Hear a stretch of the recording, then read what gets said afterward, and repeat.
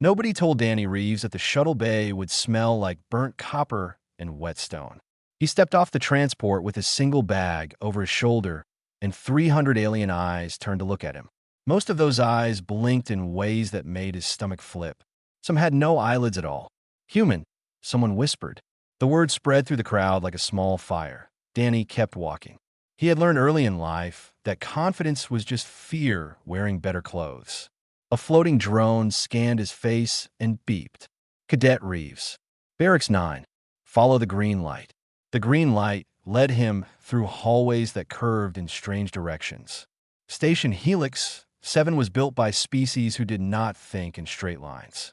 Danny passed training rooms where cadets twice his size punched targets that screamed when hit. He passed pools filled with creatures that had too many fins. He passed a meditation chamber where something with 17 legs sat perfectly still. Barracks 9 sat at the end of a long corridor that nobody else seemed to use. The door was dented. The walls had scorch marks. When Danny stepped inside, he understood why they called it the pit point. 12 bunks lined the walls. Most were empty. In the corner, a being made of pale blue crystal sat reading something on a tablet. It looked up when Danny entered. "You are the human." The voice sounded like wind chimes in a storm. "Danny, I am Pillar. That is not my real name. My real name takes 4 hours to speak and requires sound your mouth cannot make." Pillar set down the tablet. "You have been assigned here because Earth joined the compact less than 2 years ago. Your species has no political weight. No allies. No history of military contribution." Danny dropped his bag on an empty bunk. "So, this is where they put the nobodies. This is where they put those who will not be missed if they fail. Or if they are broken. Broken by what?" Before Pillar could answer, the door slammed open. 3 massive figures filled the entrance. They stood over 2 meters tall, with scales the color of dried blood and 4 arms each. The one in front had scars across his snout and eyes that looked like they had never learned how to show mercy. "New meat," the scarred one said. His voice was gravel being crushed. "Pillar, you know the rules. Introduce us." Pillar's crystal body dimmed slightly. "Danny, this is Siege. He and his friends are Corot. They are senior cadets." Siege walked forward until he stood directly over Danny. The human had to crane his neck to meet those cold eyes. "Humans," Siege said slowly, like he was tasting the word. "I have senior files.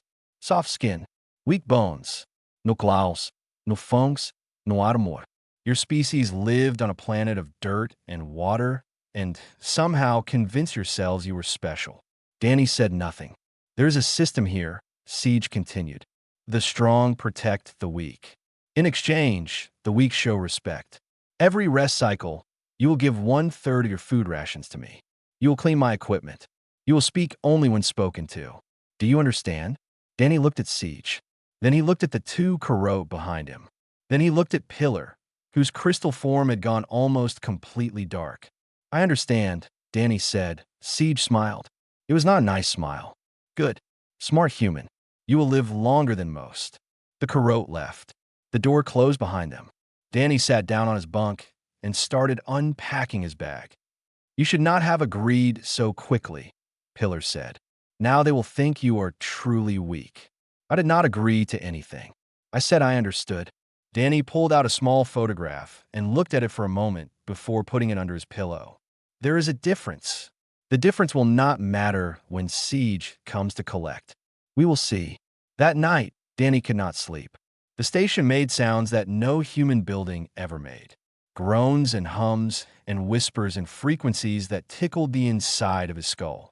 He lay on his back and stared at the ceiling and thought about the path that had brought him here. 3 years of training on Earth.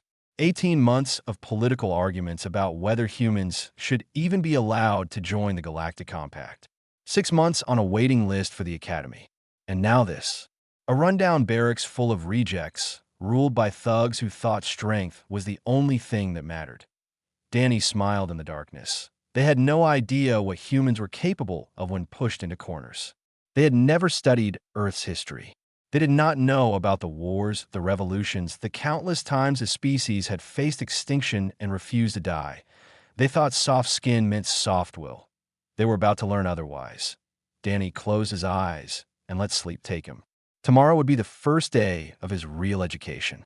Not the classes the academy would teach him, but the lessons he would teach everyone else. The lesson that being human was not a weakness, that IT was a warning. 3 weeks passed. Danny learned the rhythms of the academy like a musician learning a new instrument. Morning drills at 0600. Combat theory until lunch. Physical training until dinner. Free time until lights out. Every day the same pattern, broken only by the sounds of Siege and his corrupt friends reminding everyone who really ran Barracks 9. Danny watched. Danny listened. Danny said very little. The other cadets in his barracks began to trust him. Whistle was a small, feathered being from a world of endless forests. His species communicated through song, and his voice was beautiful even when he was afraid. Glass had no solid form, just a shifting mass of clear liquid held together by will and a special suit. Runt was the smallest of his litter, abandoned by his pack species because they valued size above all else. They were all broken in different ways. They were all waiting to fail. "How do you do it?" Whistle asked one evening. His feathers were ruffled from another encounter with Siege's lieutenants.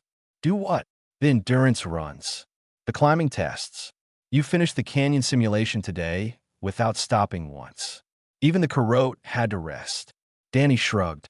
"Humans are built for long distances. Our ancestors used to chase animals until they dropped dead from exhaustion. We cannot run fast, but we can run forever." Pillar looked up from his tablet. "The instructors have noticed. Your physical assessment scores are in the top 15% of the entire class. They dismiss them as errors. They dismiss them because they do not know what to do with you. Humans are new. There's no category for what you are." Runt made a nervous sound. He was always nervous. "Siege has noticed too. He was asking about you in the mess hall yesterday. Want to know why you have not paid tribute yet." Danny had been waiting for this. 3 weeks of silence. 3 weeks of watching Siege beat cadets who could not fight back. 3 weeks of seeing instructors look the other way because honor disputes were allowed under academy rules. "What happens to cadets who refuse?" Danny asked. The barracks went quiet. Even glass stopped flowing. "You do not refuse," Whistle said softly. "Everyone be. That is how it works." 11 cadets have been hospitalized this term, Pillar added. 3 will never walk again. 1 lost his ability to speak. The academy calls them training accidents. Danny nodded slowly. "And the Carrot face no punishment? Honor disputes are legal. If you refuse tribute, you insult their honor. They challenge you. You fight. You lose." Pillar's crystal body flickered. "You lose badly." That night, Danny went to the training hall alone. The massive room was empty at this hour, filled with combat dummies and sparring circles and weapons racks. He found a terminal in the corner and began searching through the Academy's public database. Carrot combat footage. Hundreds of hours of it. Danny watched until his eyes burned. He watched how they moved, how they struck, how they defended. Firearms gave them overwhelming offensive power.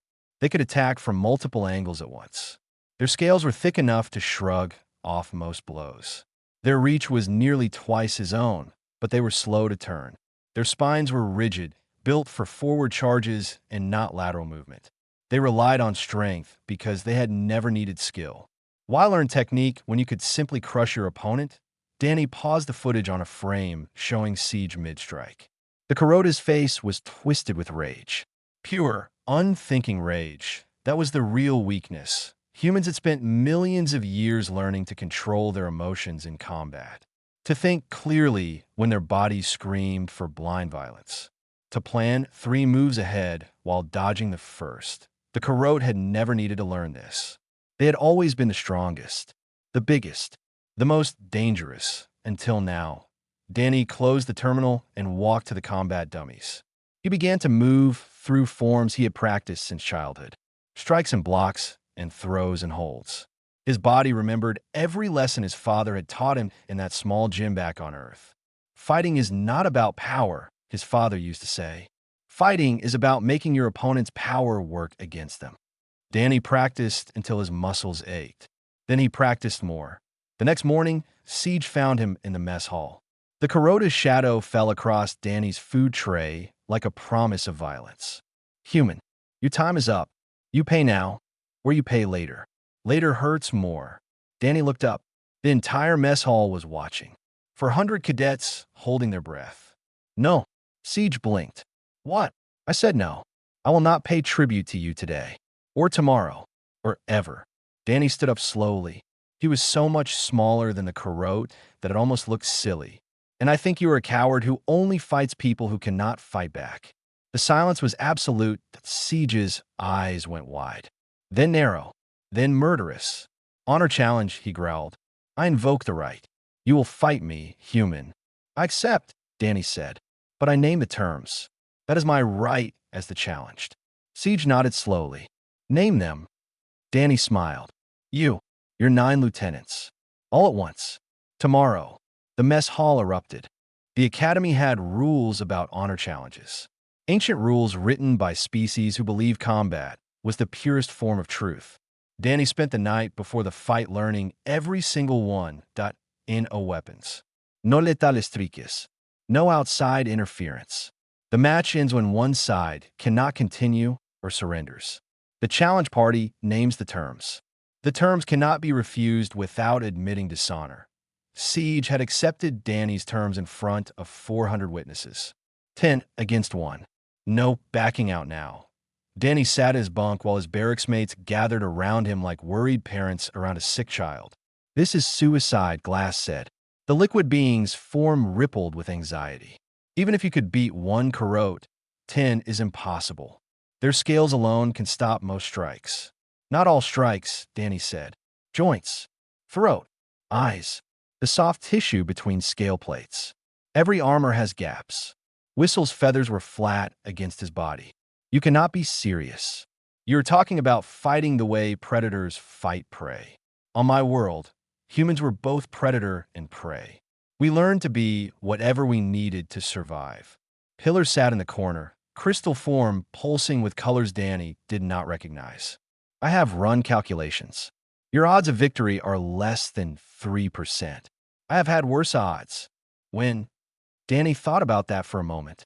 My grandmother survived a building collapse when she was 8 years old, trapped for 4 days under concrete with a broken leg. Rescuers said she should have died within hours. She lived to be 97. He paused. Humans do not care about odds. We just refuse to quit. Nobody spoke for a long time. Finally, Runt stepped forward. The small creature barely reached Danny's waist, but his eyes were fierce. Why are you doing this? You could have just paid. Everyone. That is why I am doing this. Because everyone pays. Because cadets like you and Whistle and Glass have been paying for years. Because the instructors watch and do nothing. Because the strong are allowed to crush the weak as long as they follow the rules. Danny stood up and stretched. His body was sore from last night's training. Someone has to show them that the rules can be used against them too. But why you? Danny looked down at Runt. For a moment, he was not on a space station surrounded by aliens. He was back on Earth, 12 years old, watching his father stand between a bully and a smaller kid in a parking lot. Because I can, Danny said simply. And because that means I should. The night passed slowly. Danny did not try to sleep. He ran combat scenarios in his head. 10 opponents. 4 arms each. 40 arms total, trying to grab him, hit him, break him. The training hall was large, but not infinite. Pillars, equipment racks, sparring platforms. Every obstacle was either a trap or a tool. The Cadet would expect him to run. Prey always ran. They would spread out to corner him, try to overwhelm him with numbers. That was their first mistake. Spread out, they were weaker. Together, they would get in each other's way. The key was movement. Never stop moving. Never let them pin him down. Strike fast, strike hard, vanish before they could respond. Make them chase him. Make them angry. Make them stupid. And Siege, the leader, the biggest and strongest. He would hang back at first, let his lieutenants do the dirty work. That was what leaders did. That was his second mistake, because while the lieutenants tired themselves out chasing Danny, Siege would be watching, growing frustrated, growing impatient. And when Danny finally faced him one-on-one, the Cadet would be fresh but furious. Fury made you fast. It also made you sloppy. Dawn came through the viewports. Artificial light, simulating a sun that was light years away. Danny washed his face, did his stretches, and walked to the training hall. The crowd was already there. Half the academy had gathered to watch the human die. They lined the walls 3 deep, chittering and buzzing and making sounds Danny could not understand. The instructors watched from elevated platforms, tablets ready to record everything. Siege stood in the center of the hall with his 9 lieutenants. They formed a rough semicircle, scales gleaming under the harsh lights. They looked like statues carved from violence. "Human," Siege called out. "I was beginning to think you would run. Your species does that, yes?" Running away, Danny walked to the center of the hall. He stopped 10 meters from the Cadet line and began rolling his shoulders. "My species invented something called persistence hunting. We chase things until they drop dead from exhaustion. We do not run away." Danny smiled. "We run toward." An instructor stepped forward. Old, massive, a species Danny did not recognize, with skin like cracked stone and eyes that had seen 1,000 fights. "The challenge has been accepted. The terms are set. 10 against 1. No weapons. No kidding. Fight until one side cannot continue." The instructor raised one arm. "Begin." Danny did not move. Siege's lieutenants charged, and Danny finally showed them what a human could do. The first Cadet reached Danny in 3 seconds. Forearms swinging in wide arcs meant to grab and crush. Danny was not there anymore. He moved, not backward like prey, sideways like water flowing around stone. The Cadet's claws caught empty air. Its momentum carried it forward into a training pillar. Danny was already behind it, hands finding the soft spot where skull met spine. .1 strike. Precise. The Cadet dropped like a puppet with cut strings. The crowd went silent. "1," Danny said. The remaining 9 hesitated. Just for a moment. Just long enough for Danny to reach the second one before it could raise its guard. He went low, sweeping the legs with a kick that should not have worked against something that heavy. But the Cadet were built for forward movement, not lateral stability. It fell. Danny was on top of it before it hit the ground.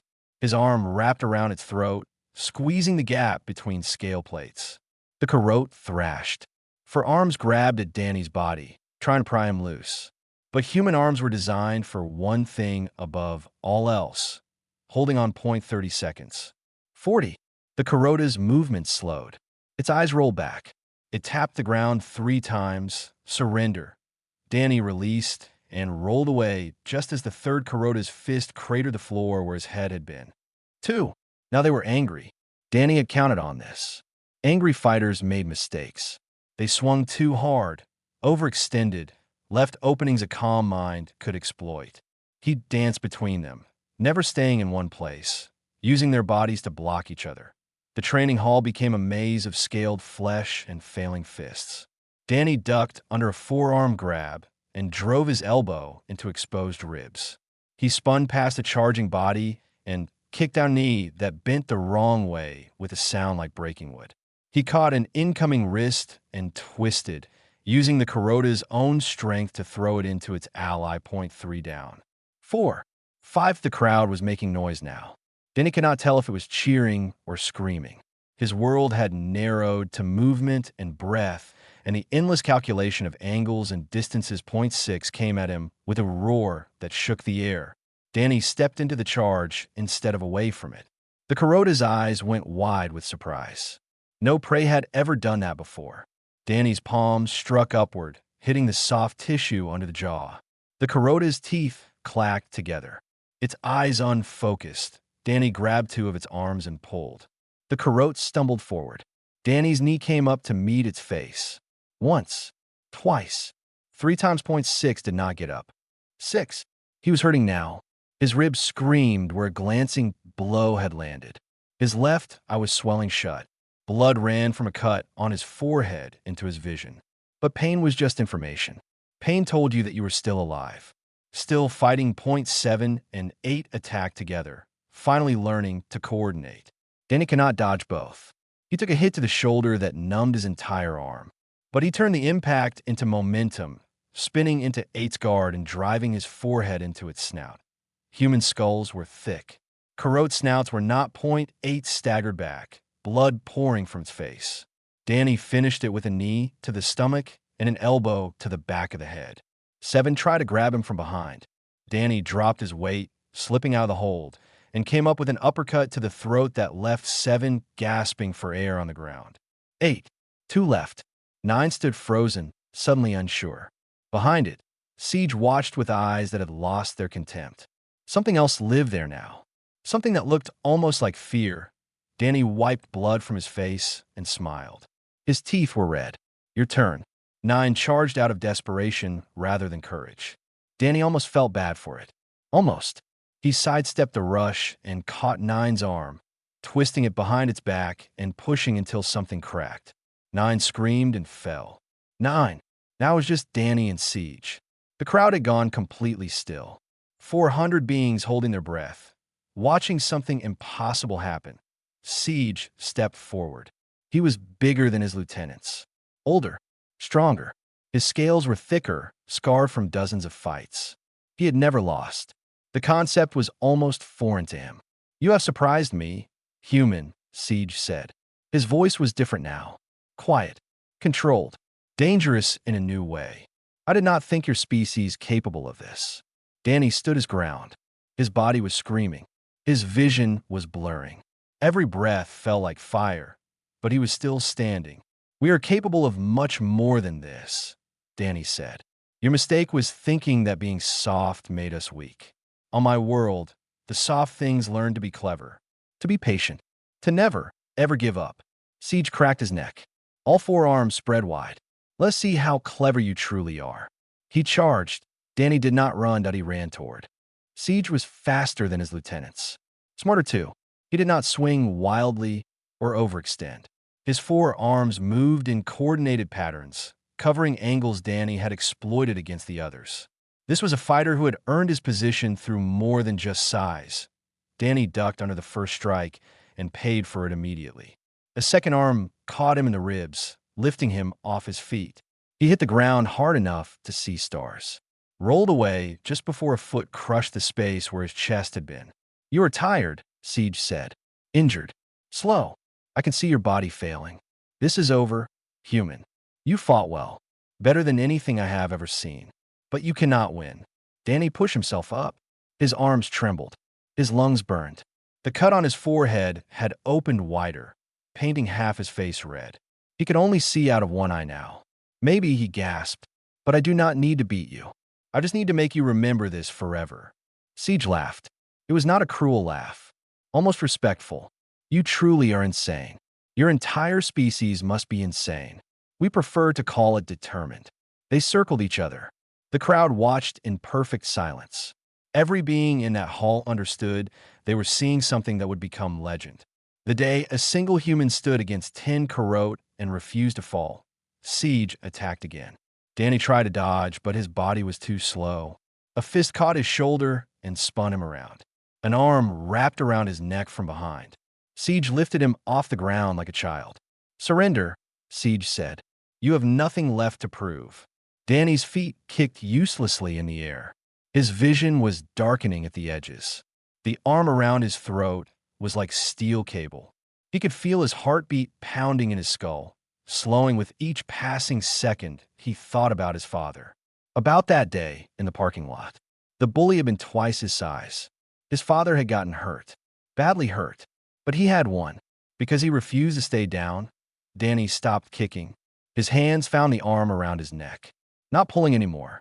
Feeling. Searching. Finding the gap between scale plates, just above the elbow. Humans did not have claws. They did not need them. They had something better. Fingers that could grip, that could find weak points, that could press with terrible precision. Danny drove his thumb into the nerve cluster like a knife. Siege screamed. His arm spasmed. For just a moment, his grip loosened. Danny dropped to the ground and did not stop moving. He spun low, legs sweeping out in an arc that caught Siege behind the knees. The massive Corot stumbled. Danny was already rising, driving his palm into the throat. Siege choked. 2 of his arms came up defensively. Danny grabbed them both and pulled himself up, wrapping his legs around the Corot's torso. Now he was face to face with Siege. Close enough to see the shock in those reptilian eyes. Close enough to see the realization that this human was not going to stop. On my world, Danny said through bloody teeth, we have a name for what I am. We call it Terrier. A small dog that was bred to fight things 10 times its size. Do you know how a terrier wins? Siege tried to throw him off. Danny held on. Human grip strength, evolved over millions of years of climbing and throwing and holding on to things that wanted to escape. It does not let go, Danny continued. It bites down, and it does not let go until the other thing stops moving. That is what humans are. That is what we have always been. We do not know how to quit. Danny's forehead came forward. Hard. Once. Twice. 3 times. The same spot each time, right between the eyes where the skull was thinnest. Siege's movements grew sluggish. Danny released his grip and landed on his feet as the Cadet fell backward. Siege hit the ground like a fallen tree. He tried to rise. Danny was there, striking the same spot again. And again. Each hit precise. Each hit draining more of the fight from those ancient eyes. Finally, Siege stopped moving. His forearms spread out on the ground. His chest rose and fell in shallow breaths. He was not unconscious, but he was not getting up either. Danny stood over him, swaying, bleeding, barely able to stand. 10, he whispered. Then his legs gave out, and he collapsed beside his defeated opponent. The silence lasted 3 heartbeats. Then the training hall exploded with sound. Danny woke up in the medical bay. White lights, clean walls, the soft hum of machines doing things he did not understand. His entire body felt like one giant bruise. He is awake. Pillar's voice. The crystal being's form glowed softly beside the bed. Danny tried to sit up. Pain reminded him that this was a terrible idea. He settled for turning his head. Whistle, Glass, and Runt were there too, crowded around his bed like worried family members. How long? Danny asked. His voice came out as a croak. 14 hours, Whistle said. The medical droids said you had 3 cracked ribs, a fractured wrist, internal bleeding, and something called a concussion. They also said you should have collapsed much earlier than you did. Humans are stubborn. Humans are insane, Pillar corrected. The entire station is talking about you. Footage of the fight has been shared over 17,000 times. Several galactic news networks have requested interviews. Danny closed his eyes. He had not done it for fame. He had done it because it was right, because someone had to stand up. The door opened. Heavy footsteps.